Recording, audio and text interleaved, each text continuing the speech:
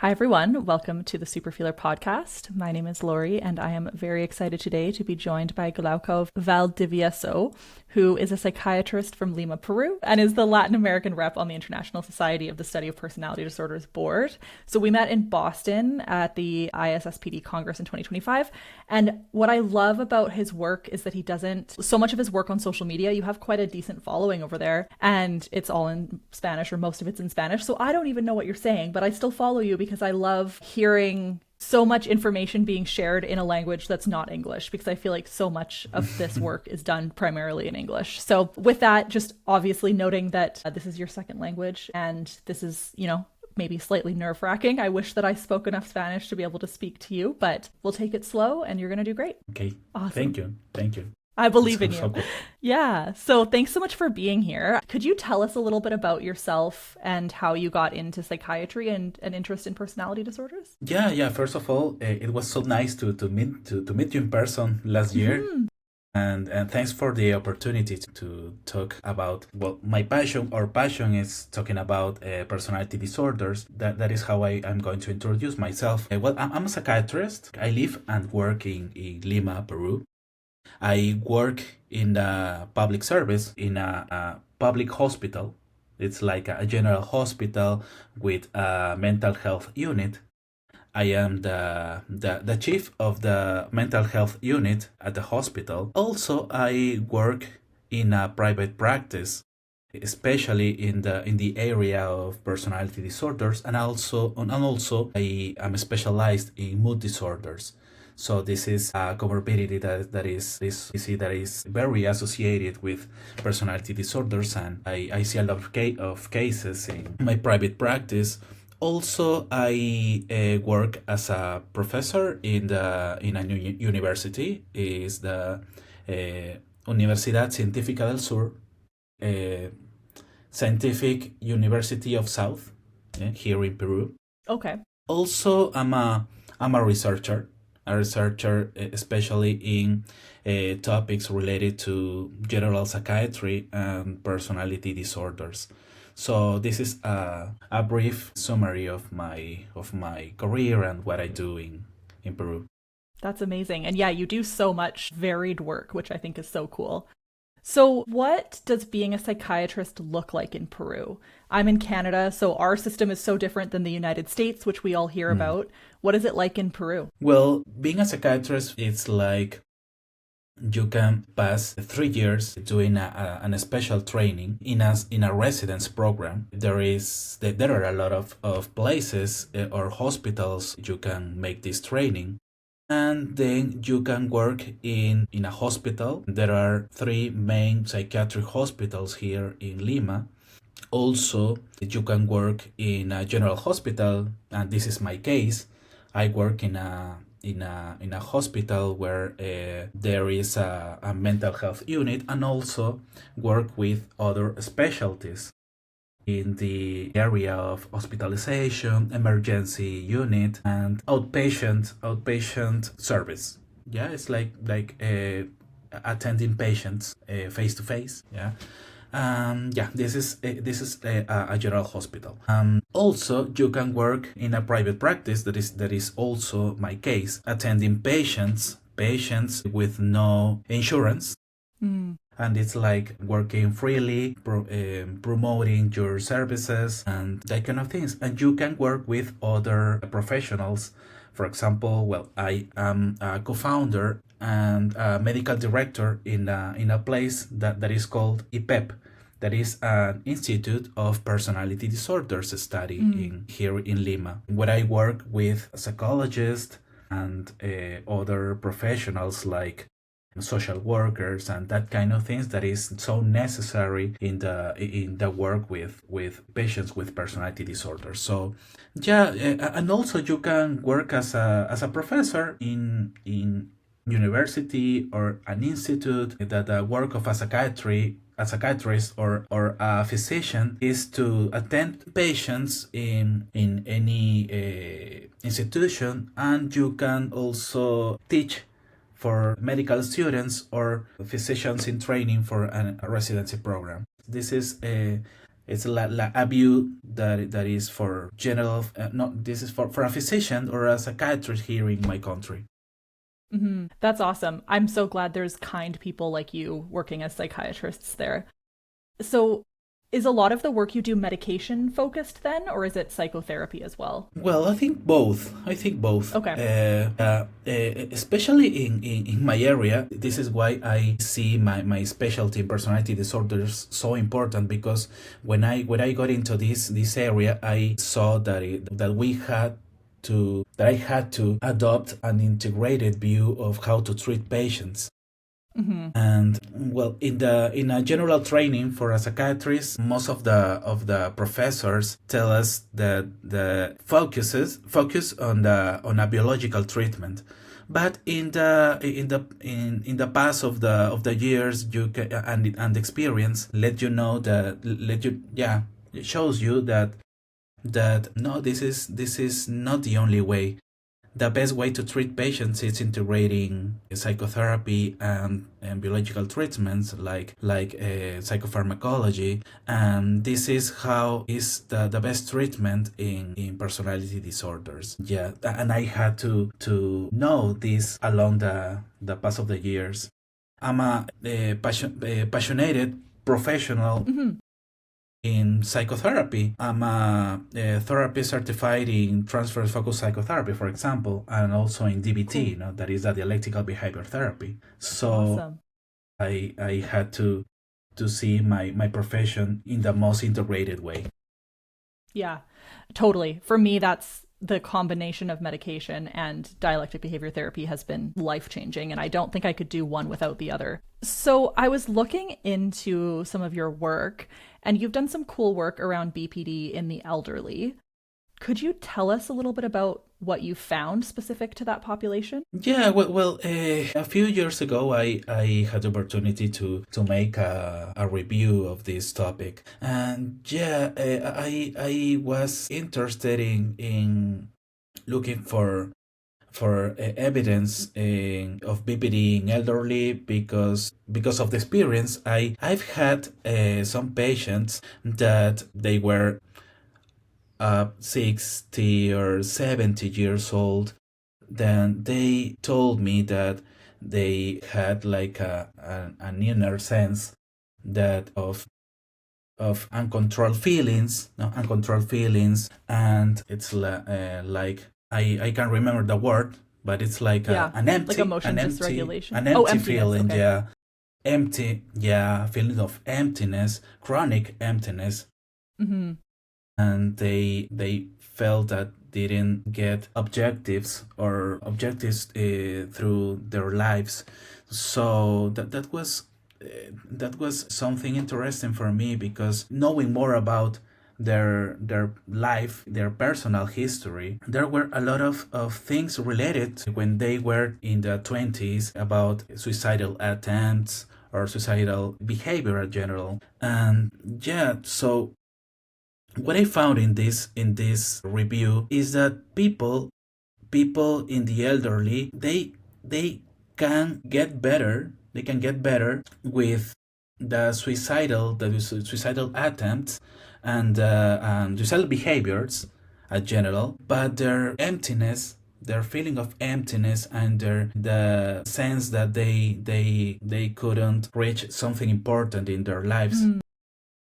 is present in the most part of their lives, and this Interesting. is associated with depression, associated with anxiety disorders, and stressful events, and this kind of mental health problems that is Mm-hmm. a chronicle, that is chronicle in when they tell us how they spend their lives till the elderly. Interesting. Yeah, that feeling of emptiness piece, I feel like isn't super researched because it's hard to understand and describe and like operationalize, I guess. Yeah, I mean, I think about my dad who definitely would be diagnosed with borderline personality disorder if he had sought treatment when he was, at least when he was younger, but he's 60 something now. And my understanding from other research like Zanarini's research is that the life, like over the lifespan, a lot of that symptomology kind of just goes away naturally. Partially, I think, due to learning how to just manage through life better. When you were looking at that feelings of emptiness, is there any sort of way that you can build that in people that are in their 60s or 70s? The emptiness feeling is present in the most part of the life because the core symptom of personality disorders is don't know if it's right to say, but it's like an alteration in identity. Mm-hmm. Yeah, it's alteration in identity that is the core symptom of personality disorder. So it's reflected, it's reflected in this emptiness, this chronic emptiness feeling. So this is because this is the core symptom. This is stable along the life. Yeah, but studies like Sanarini's, for example, says that people with no treatment can't get better. Can get better with their symptoms and primary symptoms of BPD. Younger are most related with suicidal behavior, and older people are more related with identity alterations. Yeah, but with treatment, these dimensions could get better even in the first years of these interventions. Fascinating. And how does age impact how we should be treating personality disorders or borderline specifically? The age of people with BPD or Yeah. Okay. How does that change how we treat people? Well, I think that is different treating an adolescent or treating because adolescents are more have different experiences, have different experiences like older people, and they are in a transition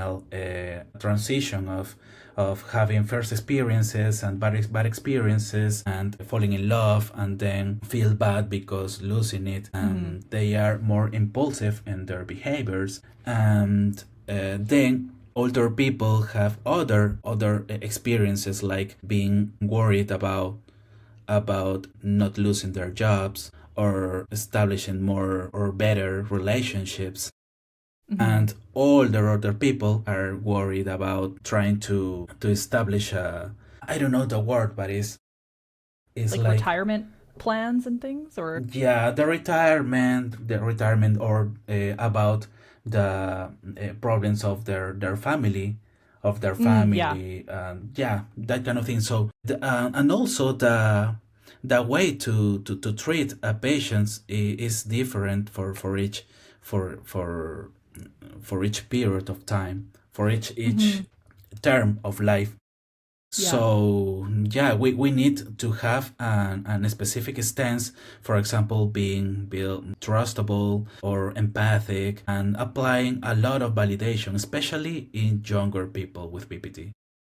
Yeah, especially because a lot of the time systems have, at least in Canada, and the States, people have been invalidated by medical professionals for so long. So having somebody validate them that is in that position of power is important. Yeah, and treatments like DBT, that is a dialectical behavior therapy, was created because of the invalidations and the contextual problems that is so important in BPD because of the problems in early life of people. Even in the 80s or in the 90s, the therapist that was dedicated to personality disorder didn't know or didn't have this intention to apply validations for these patients, because in their counter transference they were so tired and burnt out with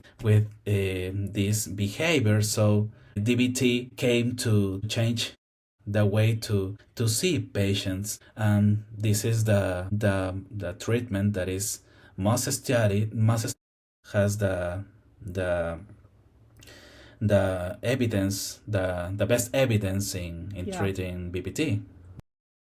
Yeah, it's such a good treatment. So a lot of the work you do on the international front with the Society of Study of Personality Disorders is about bringing Latin American voices to the table on the Yeah. international side.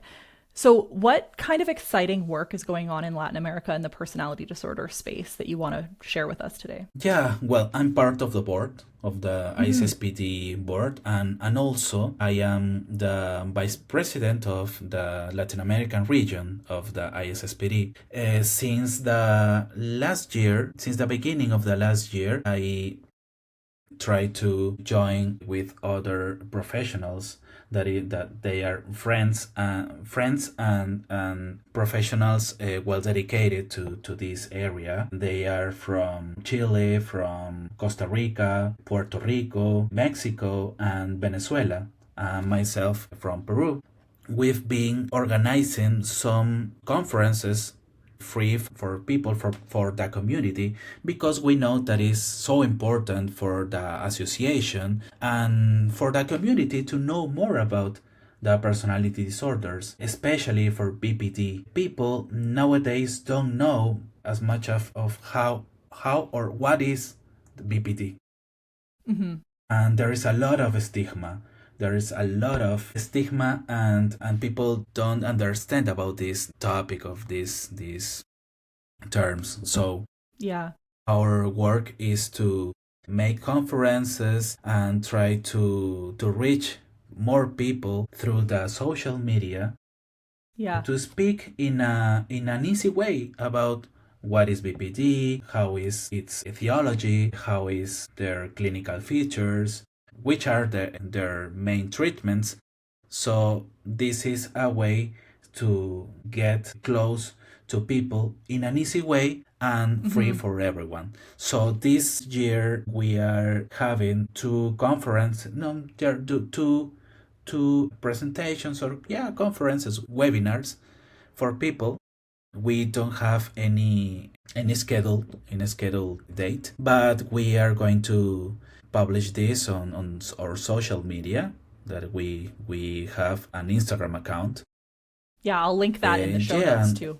this is an opportunity to tell people that Yeah. they can check the Instagram page, and we are working in our first congress, maybe in any of the country of people who are in the board. I think that is going to be in Chile, but yeah, we are organizing this. But we are so excited to have our first meeting in one of these country for professionals who wants to join and know more about our work.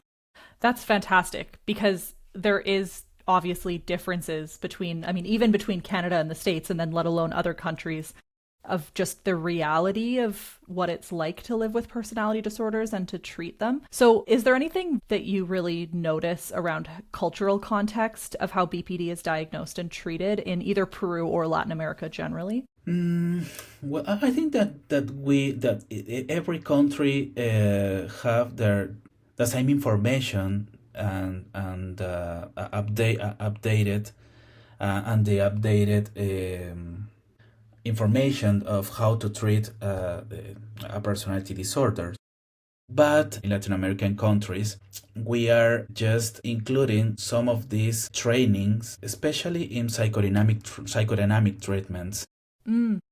Here in Latin America, we know a lot of dialectical behavior therapy, because there are almost 10 years since the model came here to Latin America, and in Peru. There is a lot of time too. But in psychodynamic treatments, for example, transfer and focus psychotherapy, or mentalizations based treatment, that is used a lot in other countries. Here in Peru, here in Latin America, don't know as much of this, because there is also an stigma in professionals, because they think that psychodynamic treatments, it's like the classical psychoanalysis. So Right, Freudian it's stuff. It's so yeah, but it's so different, and it really helps people if we check the protocols or guidelines and the studies that shows that how important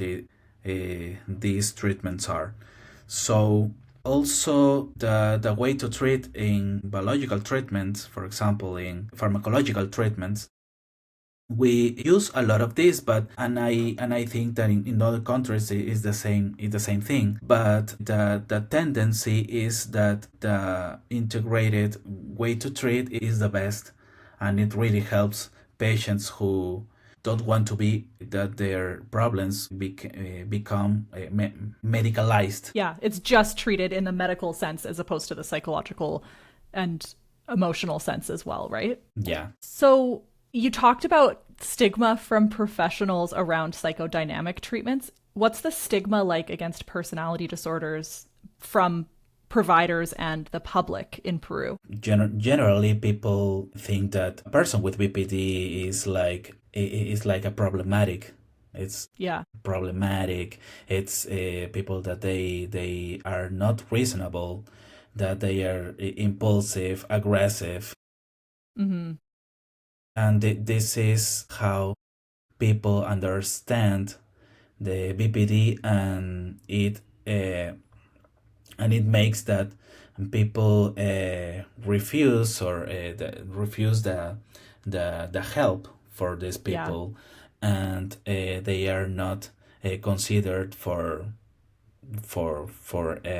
jobs, or for being integrated in social events, or maybe for studies, and that kind Mm-hmm. of this kind of areas that yeah, also people with BPD could have this functionality, yeah, could Yeah. have this functionality, but this is not part of their decision. This is part of their condition that Mm-hmm. could get better with an integral treatment, an integrative treatment. But we, as a professionals, and like as a society, we need to know how is the context behind the the behavior of people with BPD, because we don't know. They came from a lot of stigma, misunderstandings. They come from a lot of violence, because of an invalidation in their homes and through Yeah. their lives. So we need to know more about this. We need to mentalize their Mm-hmm. behaviors and their emotions. This is a therapeutic stance that we need to integrate in our common practice as a mental health professionals. Agreed wholeheartedly. It does sound like the stigma might be slightly worse, maybe because DBT only got to Peru 10 years ago or something like that. So there's a little bit less opportunity for people to have been treated. But yeah, again, providers like you are so important because you're the ones fighting for us within the system. So, for those who are listening who are in Latin America, do you have any tips on how to access care well, or any resources they might not know about in Peru or elsewhere? I think that for professionals, for clinicians, I recommend to integrate or include in their training, specializing in psychotherapy in general. I'm a certified psychotherapist, but in psychodynamic treatments like TFP and well, DBT also. But I think that every model of psychotherapy is so important, because this help us to know more about our patients, to treat better, and to know more about their lives in a human way. It's like Yeah. like a human, not like a group of symptoms, Yes, but totally. We're all individual a people. human being. Yeah, Yeah. but a human being. Yeah, knowing more about psychotherapy help us a lot as professionals and as a person. Yeah, and people who wants to get a treatment, first of all, you need to go to a professionals who has a stance in how to treat, like integrated way, gives psychoeducation. Nowadays in the public service, for example, in a general hospital or in a community mental health centers, it's there are a lot of opportunities to get a specialized treatment like DBT, for example. So things are changing in our country. So there is hope in getting better for this condition, BPD condition. And what do you like most about working with people who have borderline personality disorder? In a personal way, there is a challenge. There is a challenge. And the thing that I love the most is when you know more about these people who could be aggressive or could be impulsive, and they always try to kill themselves. You know more about how they are as human beings, and you know more about their context, you know more about their lives. So you know how you can do things better for them. Yeah. And this helps to you like a person also, because you open your mind to know more about them. You know more about their lives, and you apply also this for your personal life and people around you love the most. So this is I think these experiences that I had treating with people with BPD was like a gift and helped me to be a better person. Mm-hmm. Yeah, I think this is the thing that I love in this work, and I love being better for them to change their lives. Beautifully said. Well, Glauco, thank you so much for coming on the show. It's been so great to hear from you and get a chance to talk about your work. And I will link all of your social media in the chat or in the show notes, because I think it's really important that people follow you and then they can hear more about the awesome work that you're doing. Awesome. Thank you for the opportunity. Of course, anytime.